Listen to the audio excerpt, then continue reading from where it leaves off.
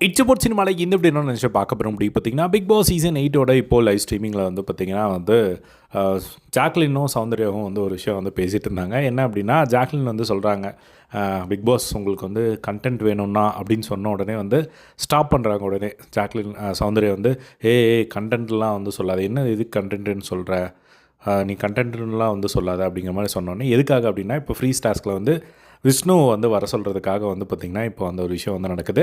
So உடனே வந்து பார்த்திங்கன்னா, சும்மா சொல்கிறேன்டி நான் பரவாயில்ல அப்படின்னு சொல்லிட்டு மைக்கில் வந்து சொல்கிறாங்க, பிக் பாஸ் உங்களுக்கு நல்ல கண்டென்ட் வேணும்னா சௌந்தர்யா வந்து கொடுக்குறாலாம், அவங்க ஃப்ரெண்ட்ஸ் எல்லாம் உள்ளே அனுப்புங்க அப்படிங்கிற மாதிரி வந்து சொல்லிட்டு இருந்த வந்து பார்க்க முடிச்சுது.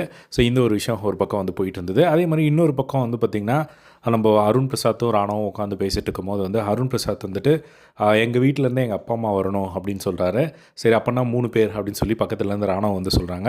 இல்லை 3 பேர்னால் இப்போ என் தங்கச்சி வரணும் அப்படின்னு சொல்கிறாங்க. அதுக்கப்புறம் ராணா வந்துட்டு அப்போனா 4 பேர் அப்படின்னு சொல்கிறாங்க.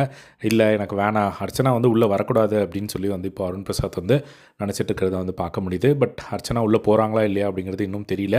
ஸோ வெயிட் பண்ணி தான் வந்து பார்க்கணும். ஸோ இந்த மாதிரி பல விஷயங்கள் வந்து போய்கிட்டு இருக்கு.